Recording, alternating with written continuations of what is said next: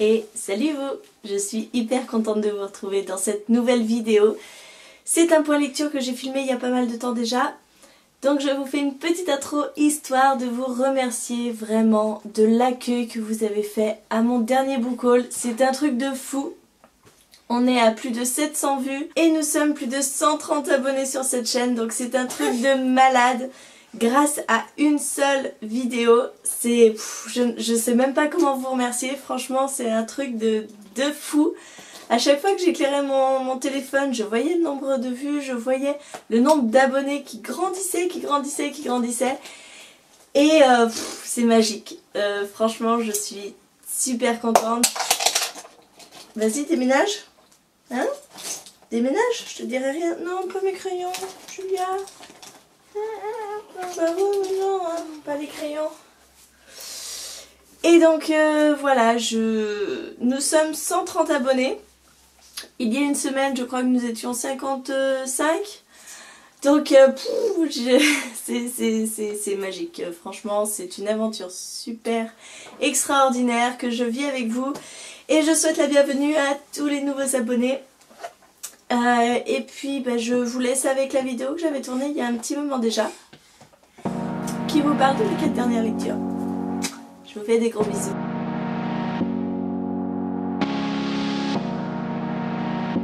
Bonjour à tous, c'est Maud, je vous retrouve pour une nouvelle vidéo, un nouveau point lecture. J'ai 4 livres à vous présenter. J'ai commencé ma lecture avec Prodigy de Marie-Lu aux éditions Le Livre de Poche. Prodigy, c'est le tome 2 de la saga Legend. J'ai fait cette lecture en commun avec Marjolaine de la chaîne My Wonderful Universe. D'ailleurs, je vous invite fortement à aller voir sa chaîne, c'est vraiment très sympa. Et il me tardait vraiment de continuer cette saga.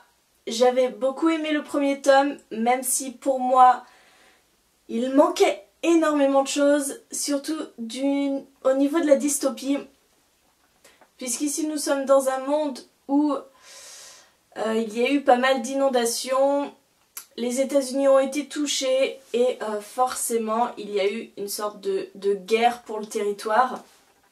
Et les États-Unis se sont divisés en 2 parties. Nous avons la République à l'ouest et nous avons les colonies à l'est. Donc ici nous sommes dans la République et nous suivons June qui est un jeune prodige de la République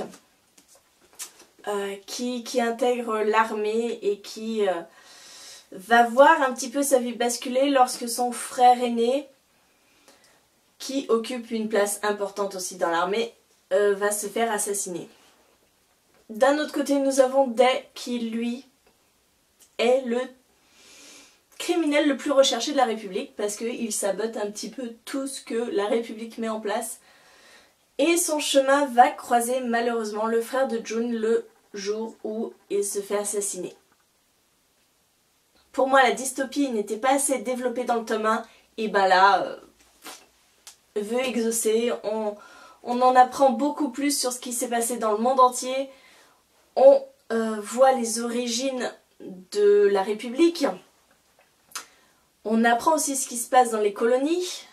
Vraiment, c'est hyper bien développé. Ça a comblé toutes mes espérances. Et au niveau des personnages, j'adorais déjà Day dans le tome 1.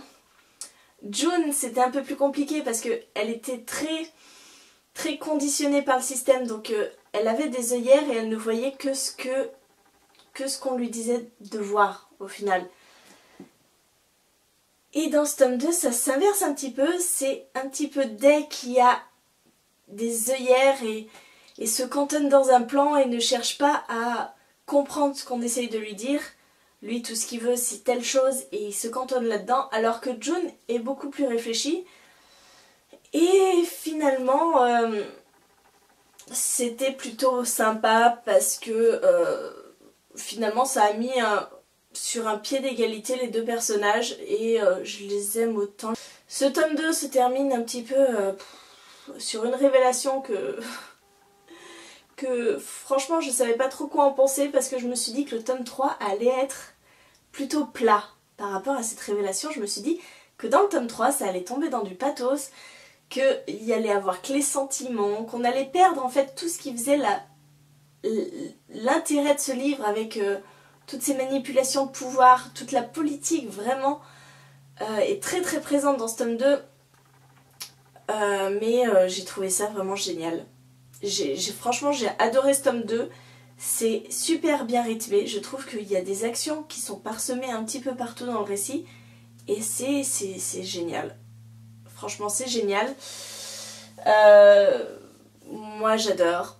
De toute façon je continue la lecture commune pour le 3e tome avec Marjolaine. Et puis vous aurez de mes nouvelles dans le prochain point lecture. Et je pense que je ferai un bilan de cette saga dans le prochain point lecture.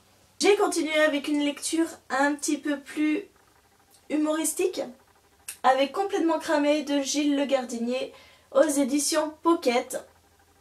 Je pense que vous connaissez tous Gilles Le Gardinier maintenant parce que avec ses couvertures, avec ses chats, c'est assez significatif de son œuvre. Hein. Il y a toujours des chats sur sa couverture. J'avais déjà lu Et Demain j'arrête, que j'avais trouvé sympa mais sans plus. J'avais passé un bon moment il me semble. Ça m'avait énormément fait penser à Anna Gavalda, Ensemble c'est tout. Voilà, ce regroupement d'individus qui n'ont pas grand chose à voir les uns avec les autres et qui finalement s'entraident, etc. Et bien j'ai retrouvé exactement la même ambiance dans ce livre là.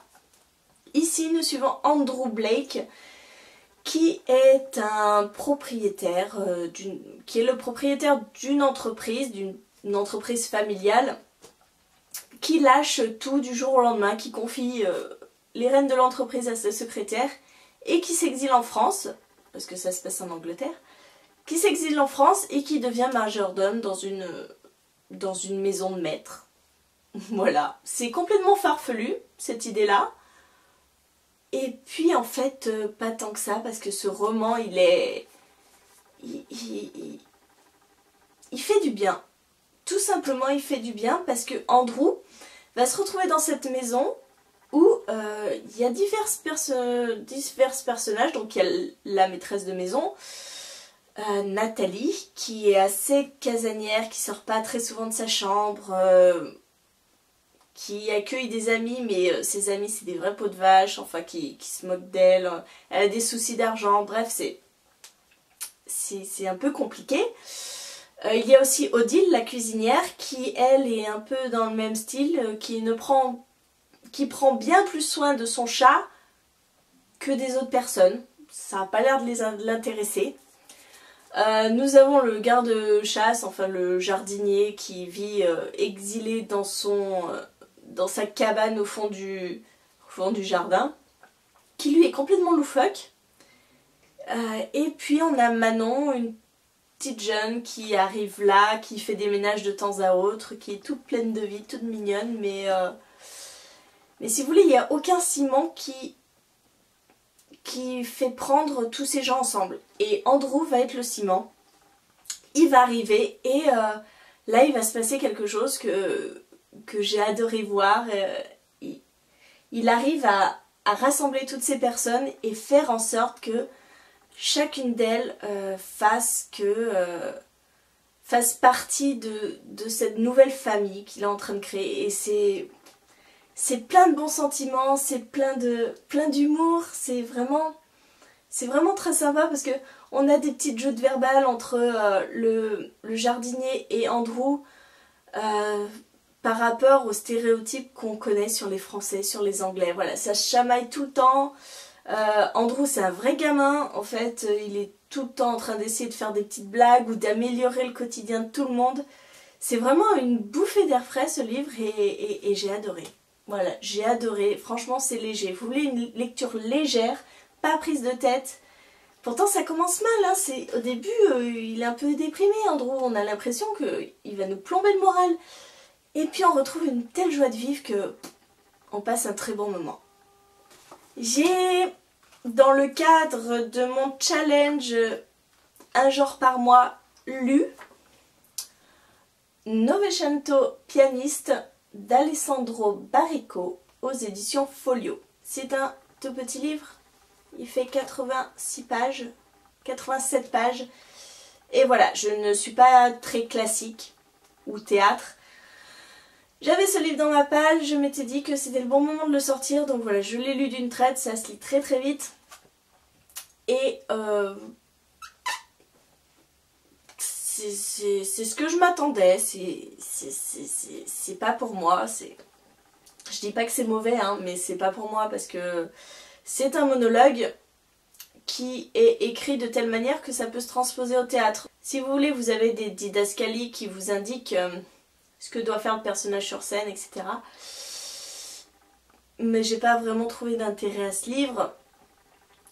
On nous raconte l'histoire de Novesanto, qui est né à bord d'un bateau et qui va y passer toute sa vie. Il ne va jamais descendre sur terre.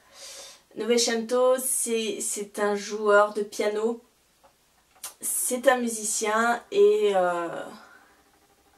on nous raconte son histoire du point de vue d'un autre musicien qui embarque sur ce bateau durant 5 ans, je crois, il passe 5 ans sur ce bateau.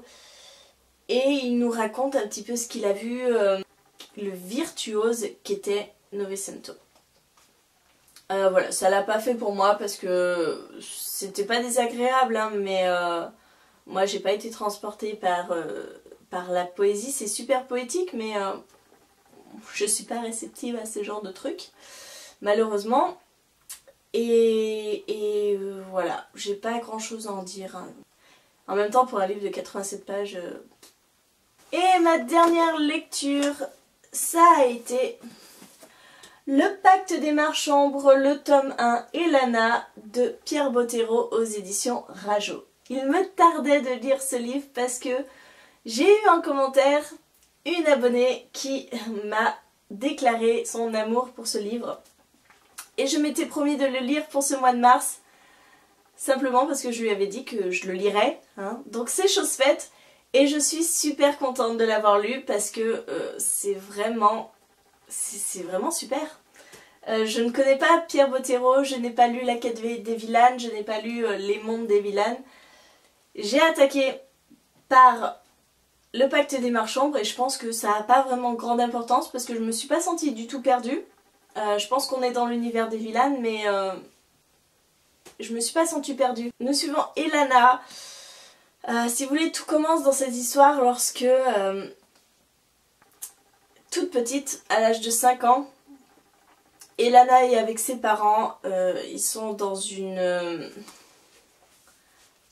caravane qui va dans un autre coin du pays, je sais pas comment trop vous le dire, et ils se font attaquer par des reis, je pense que ça se dit comme ça, reis, c'est un petit peu des gros méchants avec des têtes de cochon.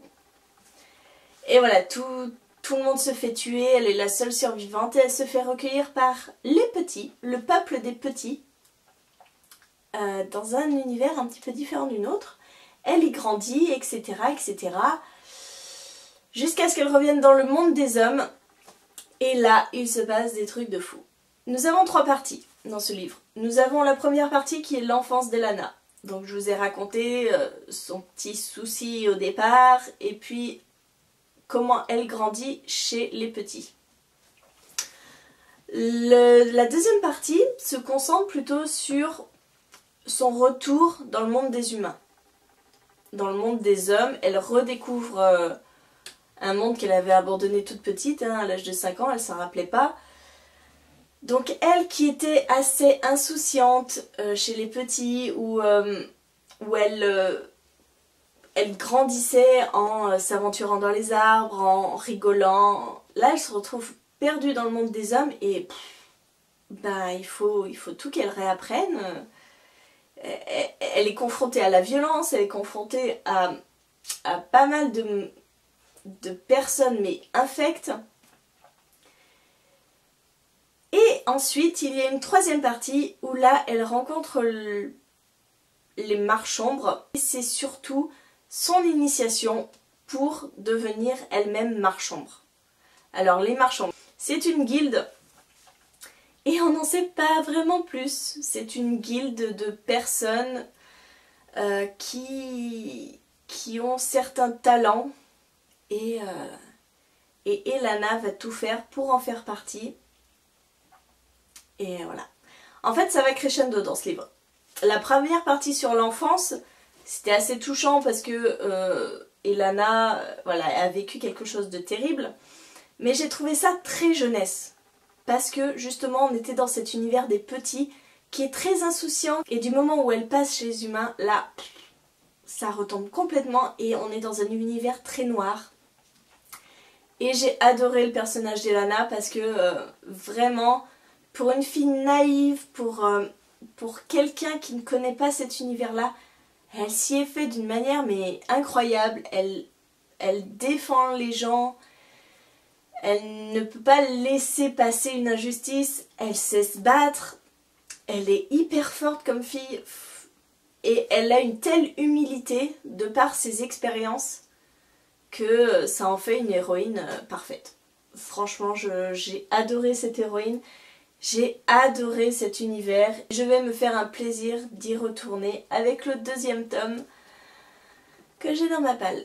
Donc très bientôt. Voilà, cette vidéo est maintenant terminée. Je vous remercie de l'avoir regardée jusqu'au bout. Comme d'habitude, n'hésitez pas à commenter si vous avez lu un de ces livres et me dire ce que vous en avez pensé. Et je vous retrouve très bientôt pour une toute nouvelle vidéo. En attendant, je vous fais de gros bisous et vous souhaite une très bonne journée.